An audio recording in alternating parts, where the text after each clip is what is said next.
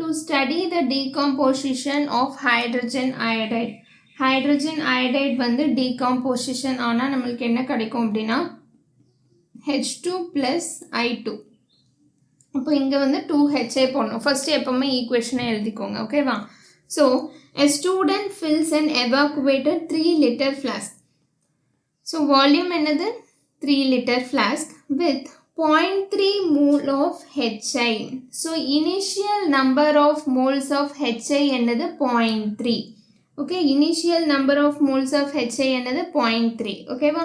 So first நம்ம இந்த particular ஈக்குவேஷனுக்கு first ஈக்குவேஷனுக்கு நம்ம பேலன்ஸ் ஈக்குவேஷனுக்கு என்ன எழுதிக்கலாம் அப்படின்னா கேசி எழுதிக்கலாம். ஓகேவா? ஏன்னா இந்த கொஸ்டினில் எல்லாமே என்ன கேட்டிருக்காங்க, கேசி கேபி எல்லாமே கேட்டிருக்காங்க. நம்மளுக்கு கான்சென்ட்ரேஷன் தானே மோஸ்ட்டாக கொடுத்துருக்காங்க.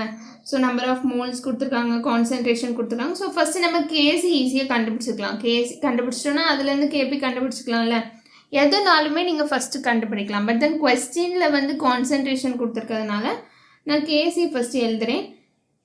H2 product concentration divided by reactant concentration. இது வந்து ஸ்டாண்டர்டாக ஃபஸ்ட்டு எழுதி வச்சுக்கோங்க. ஓகேவா? அப்புறம் ப்ராப்ளம் பண்ணச்சில் எப்போவுமே ரியாக்டண்ட்டில் 1 மோல் இருக்கிற மாதிரி பார்த்துக்கோங்க ஃபார் ஃபெமிலியாரிட்டி. ஓகேவா? கொஞ்சம் ஈஸியாக இருக்கும் பண்ணுறதுக்கு. ஸோ இப்போ எல்லாத்தையும் நான் டிவைடட் பை 2 போட்டால் என்ன ஆயிரும், இந்த சைடு 1 மோல் ஆயிருமா, இந்த சைடு 1/2 H2 ஆகும், இந்த சைடு என்ன ஆகும் 1/2 I2 ஆகும். இப்போ 2 ரியாக்டன்ட் இருந்துச்சுன்னா 1 ஆஃப் த ரியாக்டன்ட் 1 மோல் இருக்கிற மாதிரி பார்த்துக்கோங்க. ஓகேவா? ஸோ ஒரு ரியாக்டன்ட் இருந்துச்சுன்னா அந்த 1 வந்து 1 மோல் இருக்கிற மாதிரி பார்த்துக்கோங்க. ஓகேவா? ஸோ இதை வச்சு பண்ண ஒரு ஸ்டாண்டர்ட் ப்ரொசீஜர் மாதிரி ஃபிக்ஸ் பண்ணிக்கோங்க. ஏன்னா நிறையா விதத்தில் நம்ம போடலாம். ஸோ இது ஒரு ஸ்டாண்டர்ட் ப்ரொசீஜர். 1 மோல் இருக்கிற மாதிரி பார்த்துக்கோங்க. அது ஒன்று ஞாபகம் வச்சுக்கோங்க. ஓகேவா? பட் தென் நீங்கள் கேசி எழுதுறீங்களா, அது வந்து ஃபஸ்ட் ஈக்குவேஷனுக்கு தான் எழுதியிருக்கேன். பார்த்தீங்களா? கேசி எழுதுனது ஃபஸ்ட் ஈக்குவேஷனுக்கு தான் எழுதியிருக்கேன், இந்த ஈக்குவேஷனுக்கு எழுதலை. ஓகேவா? ஸோ இப்போ இனிஷியல் நம்பர் ஆஃப் மோல்ஸ் எவ்வளோ இருக்குன்னு கொடுத்துட்டாங்க. 0.3 தானே, 0.3 HI இனிஷியலி இவ்வளோ மோல்ஸ் இருக்குது. Time is equal to 0. ஓகேவா? ஸோ ப்ராடக்ட்ஸ்லாம் 0 டைமில் ஒன்றுமே இல்லை. அப்புறம் டைம் வந்து ஈக்குவலிபிரியம் டைம் ஆகஸ்டில் என்ன ஆகுதுன்னா 0.3 மைனஸ் எக்ஸ் தானே, இங்கேருந்து எக்ஸ் அமௌண்ட் வந்து என்ன ஆகுது, டிகம்போஸ் ஆகுது. ஓகே, டிசோஷியேட் ஆகுது. இங்கே அப்போ என்ன கிடைக்கும் 1/2x. இதில் 1/2 இருக்கலாம், இங்கே என்ன கிடைக்கும் 1/2x. ஏன் இப்படி எழுதுகிறோம் அப்படின்னா நல்லா பாருங்கள், 1 mole of HI will give half mole of H2. ரைட்டா?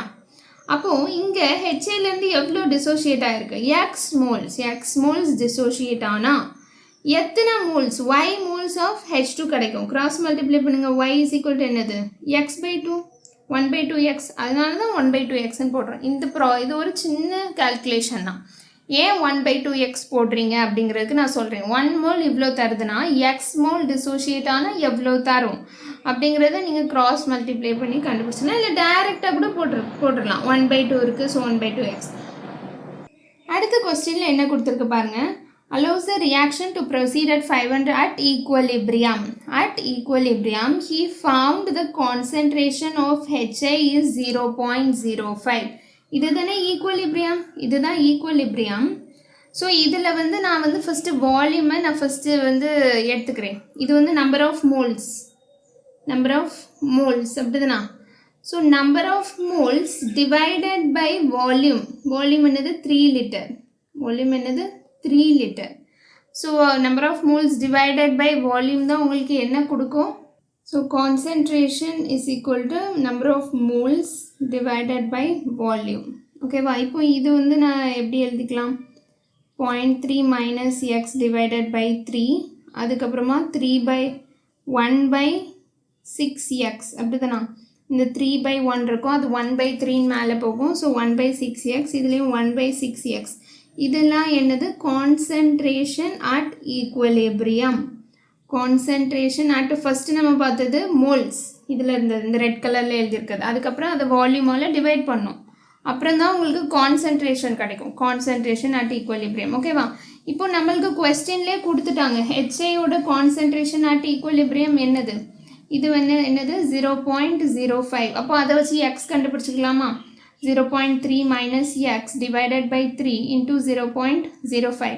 இதை சால்வ் பண்ணிங்கன்னா உங்களுக்கு x வந்து என்ன கிடைக்கும்னா 0.15 கிடைக்கும். ஓகேவா? ஸோ அதுக்கப்புறம் நீங்கள் என்ன பண்ணிக்கலாம், இதில் என்னது 1/2x 1/6 into 0.15 அது உங்களுக்கு என்ன கிடைக்கும் அப்படின்னா 0.025. ஓகேவா? ஸோ 0.025 0.025 இப்போ எல்லாத்துக்குள்ள கான்சன்ட்ரேஷனும் நம்மளுக்கு கிடச்சிச்சா? பேசிக்காக எக்ஸ் தெரிஞ்சிச்சு, அதனால கான்சன்ட்ரேஷன் கண்டுபிடிச்சிட்டோம் அப்படிதானா?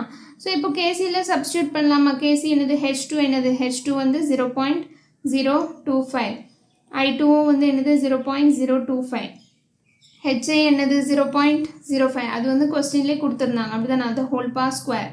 இது என்ன கிடைக்கும் உங்களுக்கு அப்படின்னா 0.25 வந்து கேசி கிடைக்கும். ஓகேவா? இப்போ நம்மளுக்கு கேபியுமே கொஸ்டினில் கண்டுபிடிக்க சொல்லியிருக்காங்க. அப்போ என்ன ஃபார்முலா யூஸ் பண்ணலாம்? K P is equal to K C into R T del N G இந்த இதை யூஸ் பண்ணலாம். ஓகேவா? டெல் என்ஜி என்னதுன்னு கண்டுபிடிக்குமா? ப்ராடக்ட் சைடில் என்னது இருக்குது? 1 moles number of moles of product. So 1 + 1 2. ரியாக்டன்ட்டில் எத்தனை நம்பர் ஆஃப் மோல்ஸ் இருக்குது? 2. எல்லாமே gaseous products and gaseous reactant தானே. ஸோ இதுவும் கேஸ் இதுவும், அப்போ எல்லாத்தையும் நம்ம எடுத்துக்கலாம். ஓகேவா? கேஷியஸை மட்டும்தான் எடுக்கணும். ஸோ டெல் என்ஜி வந்து 0. இப்போ டெல் என்ஜி 0 ஆயிடுச்சுன்னா KP is equal to KC RT bar 0 வரும். எனிதிங் பார் 0 இஸ் என்னது 1. ஸோ அப்போ என்ன ஆயிரும்? K P is equal to K C. இப்போ கேசி வந்து 0.25னா கேபியும் என்னது தான்? அப்போது 0.25 தான். ஓகேவா? ஸோ ஃபஸ்ட்டு இந்த ப்ராப்ளமில் என்ன பண்ணோம், ஜென்ரல் ஈக்குவேஷனை எழுதிட்டு அதுக்கு கேசி போட்டு வச்சுக்கோங்க. அதுக்கப்புறமா இந்த ஹெச்ஐ வந்து ரியாக்டன்ட் சைடில் 1 இருக்கிற மாதிரி பார்த்துக்கோங்க. ரியாக்டன்ட் வந்து அப்போ 1 கன்வெர்ட் பண்ணிவிட்டு அதுக்கப்புறம் இனிஷியல் நம்பர் ஆஃப் மோல்ஸ் எவ்வளோ இருக்குது, எவ்வளோ ரியாக்ட் ஆகிருக்கு, ஃபஸ்ட்டு மோல்ஸ் கிடைக்கும். அந்த மோல்ஸை கான்சன்ட்ரேஷனை கன்வெர்ட் பண்ணிவிட்டு அப்புறம் தான் நீங்கள் வந்து சப்ஸ்டியூட் பண்ணணும். ஓகேவா? தேங்க்யூ.